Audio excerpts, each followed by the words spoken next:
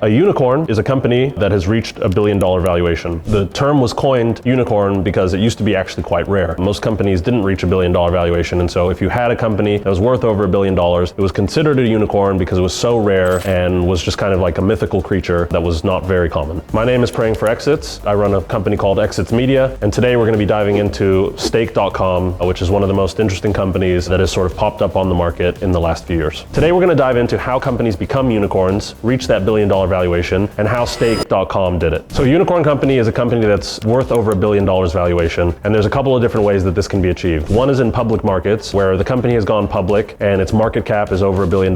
And another way is when it's a private company, the last round of funding, where a bunch of venture capitalists and angel investors have put money into the company and they have valued it privately at $1 billion.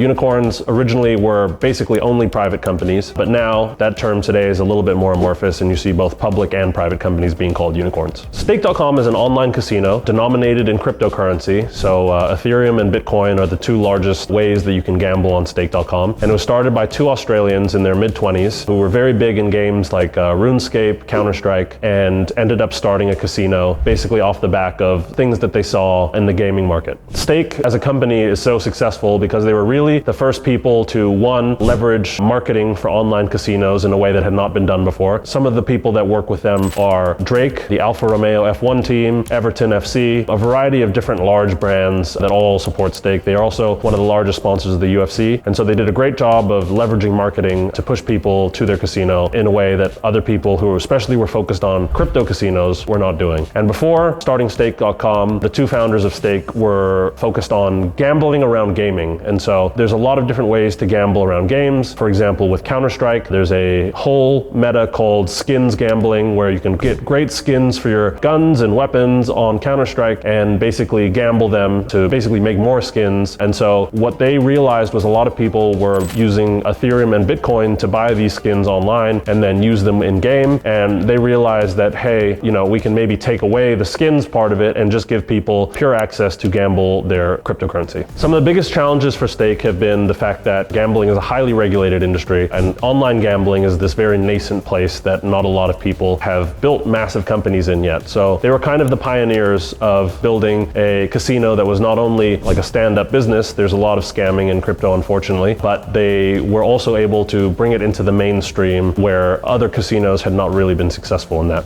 before. So I don't think that the founders of Stake got lucky necessarily, but I do think that they had impeccable timing. And so they basically started their company right when people really started to care about crypto, call it 2017, 2018. There was a massive crypto bull run, people were making a ton of money, and I think that anytime the economy, quote unquote, is doing well, people seem to really want to gamble and spend money a little bit more frivolously. And so what they were amazing at doing was basically catching the wave of people making a ton of money in crypto and giving them a place to basically have fun and be entertained and also try to make more money on the crypto that they had already made. If you guys want to learn anything more about Stake and how it works and how they managed to build such a massive business, you can leave some questions in the comments below and we'll make a video addressing all of that. So unicorn companies aren't really that rare anymore. If you were to look basically at any tech index, it's filled with unicorns: Airbnb, Uber, Lyft, Dropbox. There's actually almost 1,500 unicorns in America these days. And so one of the commonalities of all of these companies is that they have grown, but grown very, very quickly. While there are some unicorns who have kind of taken, call it 5 to 10 to 20 years to basically reach unicorn status, one of the hallmarks of unicorns, especially in the modern day, is they've got there really quickly and their scale has grown really, really fast in a way that sort of captures the attention of investors. A lot of the people who have started unicorns have found niches in the market that are probably a lot bigger than most people think, leverage those niches into creating a product that a lot of people care about, and have basically just grown very large over sort of a 5 to 10 year period. So one of the things that you can really focus on when it comes to unicorns is basically how fast the company is growing. If it seems like the company is just adding tons and tons of revenue every year and is growing at a pace that is not common amongst other companies, there's a high chance that at some point it'll reach a unicorn status. And that's not to say companies that reach unicorn statuses are inherently good. There's tons of examples like WeWork and FTX of companies that reach this unicorn status and end up crashing and burning and falling out of unicorn status. But one of the hallmarks of most unicorns in the modern day is that they grow extremely quickly and find something that we like to call product market fit, where the product just fits in the market that they're going for really, really well very quickly.